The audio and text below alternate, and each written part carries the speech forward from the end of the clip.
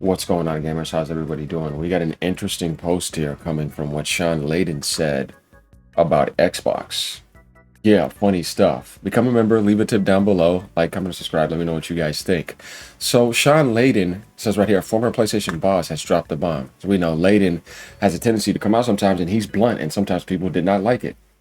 The thing I like about Layden, he's a winner, he knows what he's doing. I liked his strategy in the PS4 era. People loved it as well. He knows how to win, and he's not going to be fake with you. Layden says Xbox is showing, and he included Microsoft in this too. He only said a few words. A basic lack of understanding of how the video game industry works. Now, this right here, man, we can talk about this for quite some time, right? Because there's a lot said in this. It's exactly what I try to tell people in the long term when it comes to Microsoft, is that when it comes to gaming, they clearly don't care, and then they don't have or care to try to understand either. This has been seen for a while. Remember when Michael Pachter said, I need you to call me because you're morons. You don't know what you're doing. What are you doing? Right? When he talked about Game Pass, the price raising of Game Pass, rising up the hardware last year, just everything they were doing, he was saying they don't know what they're doing and they don't have a clue and they don't understand gaming like you think they do. And I've been trying to tell people that as well. Phil Spencer understood it, but he was just looking for so many other options outside of play the exclusive game and sell Xbox hardware and try to be only on Xbox. He knew that that was dying and it did not work for that company. Now, of course, he made mistakes, but Phil Spencer at least tried to innovate, make Game Pass. The mistake was day one. He tried different ideas. When I look at Asha, I don't see any new ideas. All I see is light flip switching. Say, Agent, what do you mean? You moved around the logo that was already pre-made. You talk about a boot up animation that was already pre-made. You messed around with that with AI. You brought in AI instead of actual people. You reversed the price of Game Pass because everybody knew that should have happened from the beginning. Like I said, you're just reversing something, but you did not innovate anything. You didn't help build any studios. Now you're trying to reverse the exclusives. See what I mean? We don't do exclusives more. Now let's just go back. All she's doing is doing this with you. You see what I mean? And then you got all these people coming in the interviews doing all this and that. And I don't think the Xbox base has seen it. I said, dude, they're just light switching you.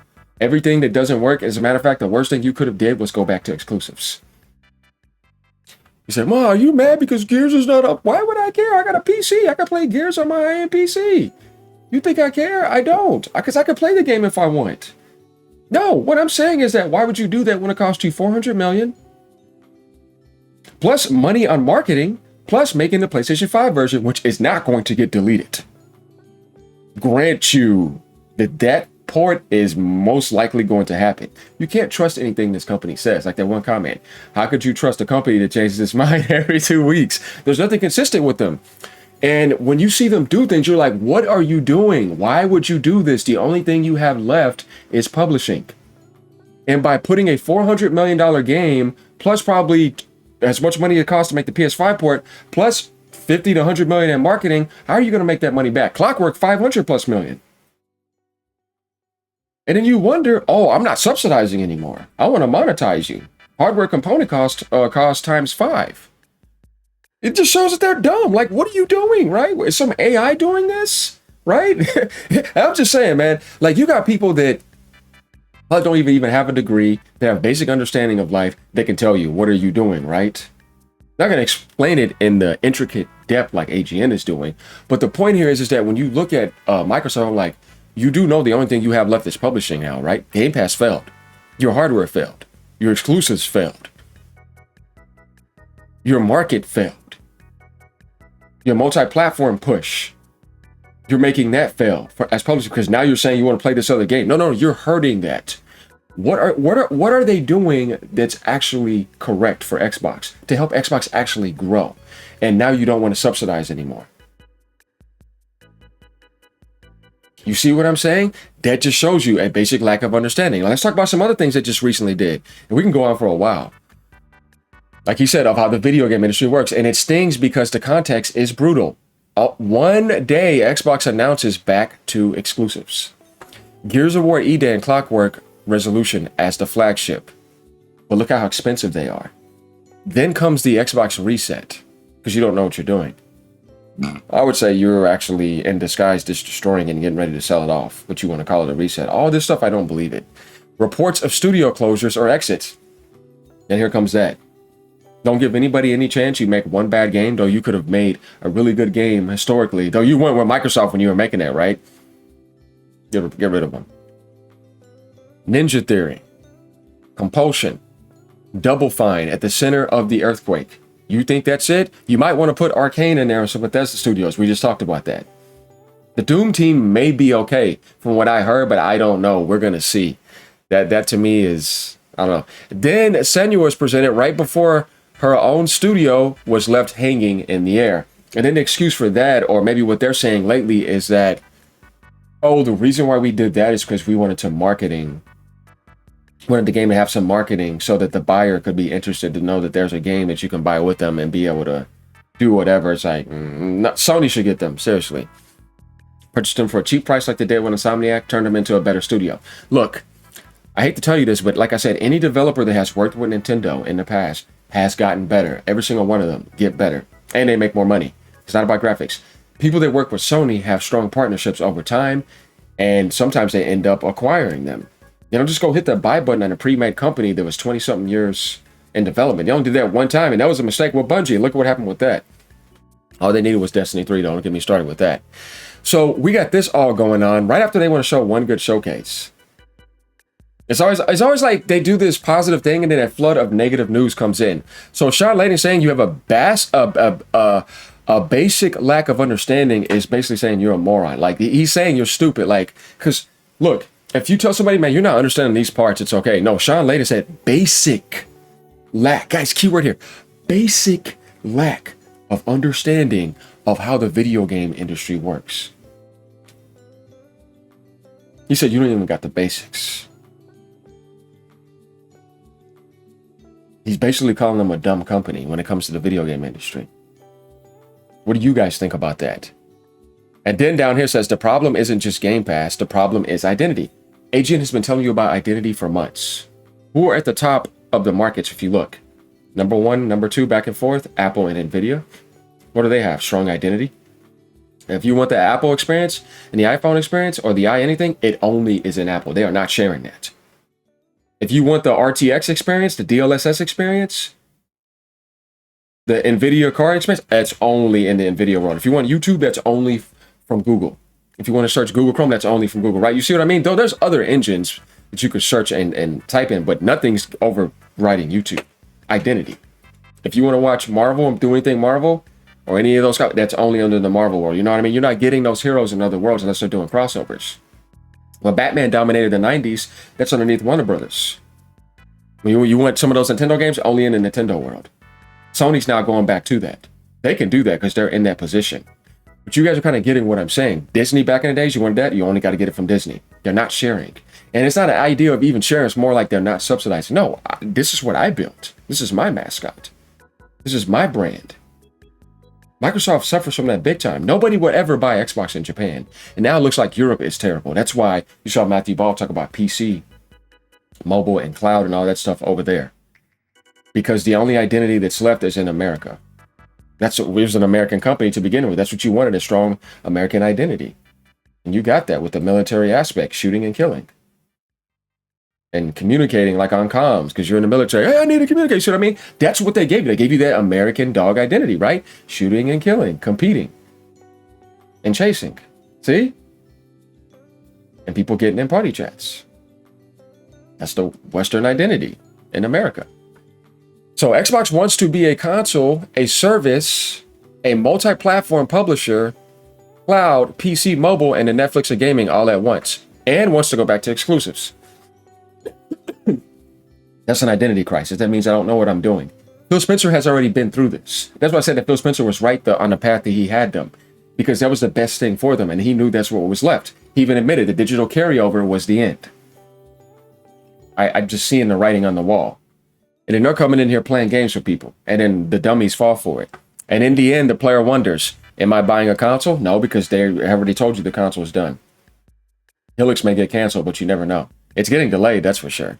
They can't afford it. Nah, I'm just kidding. They can afford it. They're feeding the AI. The AI is getting everything.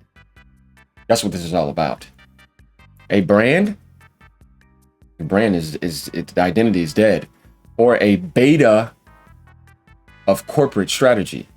This is an amazing post because it's giving you the idea that no matter what we tell you, this is in a beta and it's subject to change. It's not the final product. That's absolutely hilarious. Nintendo sells identity. That's what wins. You have to have that. You don't have that. What do you have? You think about Jordan, right? You think about Nike, right? If you think about Nike, it's like, see what I mean? It was dominating. You get what I mean. When a sports team wins, that's an identity. How many identities are in the NBA world? You know what I mean? It's like when Knicks won. Do you know how long Knicks fans have been waiting for that? You want to know why though? Because they held that identity, even though the identity was weak for the longest. But now that identity went back into the gold, and I guarantee you that felt great. Same thing when you think of baseball, right? You know what I mean? You think of New York Knicks and stuff. Or when you think of NBA, you think of Lakers. But there's an identity, you know what I mean? It's like, I'm not sharing my players to play with you during this season. No, you're only here. You know what I mean? It's like, you need identity. If you don't have identity, right, it's like, what do you have? Guys, it's not hard to figure out. Everybody knows this is the way the game has always worked. PlayStation sells experience. Xbox sells a different strategy every quarter. And that's no way to build trust. That builds noise. That's all it has ever done. And we're just trying to tell you the whole time that what Microsoft is doing is they're confusing people. They're confusing the market. They don't build trust with people. When you keep on changing like that, how is that trustworthy? Because there's nothing that's solid, that's growing consistently, that's showing that you can trust it. I mean, you look at the position they're in and all the money they have. You're like, how do you not have any brains, though? Money does not mean intelligence. I think you've been seeing this for quite some time.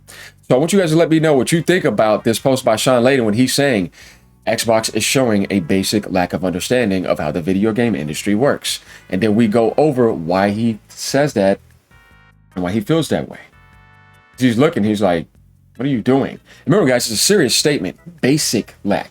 Not a lack of understanding, a base, like you don't even have that. So what are you doing? Just get out of the gaming industry. Remember what Bobby Kotick said? What are you doing here? You don't belong in gaming. You should go buy Meta or something else. But when it comes to gaming, you don't know what you're doing. Why would you put that on a sub? Call of Duty. What ended up happening? They lost $300 million on Game Pass that time. Ever since they got Activision, no benefits have happened, really. Now they got to put Modern Warfare 4 on Switch 2, but they got a 10-year contract with them. Bobby Kotick was right. Even though I don't like him as a human being, I think that he's subhuman a lot of times, sitting on all that nonsense that happened. But he knew how to run a business. Microsoft is not capable of taking small indie devs or getting devs that have talent and helping them grow and nourish them to be profitable and to turn into AAA and be amazing. That's one thing I don't like about them. They can't do that. Instead, they destroy everything over time. And when it doesn't work, they get rid of it. And they're done destroying them. Then they'll go buy something else and ruin them too. It's like, what are you doing? So you see, I remember when I told you when I gave you that ideology, that imagine playing a free-to-play game and you're the guy that doesn't need to get a sub and hit the buy button, and you dominate the whole game because you're that good at the game and you have the basic understanding and the mastery of the basics, and you know the rotations, you know how to max out everything, you know how to do builds, you know how to help anybody, right? And then somebody else comes along and is just hitting a buy button and they stand next to you like they're the same as you. And then when you go on the end game, you dominate them completely and they get mad and keep going back hitting the buy button. That's Microsoft. But they don't know how to earn that and actually get into that position to win. This is Nintendo. You see what I mean? And then PlayStation in a hybrid sense. Because they help industries grow and fund a lot of games and do a lot of third-party deals. They work together with third-party while giving some first-party. And Sony grabs partners when they're young and they know how to cater to them and help them grow. Microsoft does not know how to do that. Almost makes me believe that they don't even have a soul when it comes to this type of stuff. And this is what we needed to talk about in this video. So let me know what you guys think. As usual, like I said, become a member. I'd appreciate that. It's only $3. Leave a tip down below. Like, comment, and subscribe. Keep on gaming no matter what platform you're on. This is serious stuff. Later, y'all.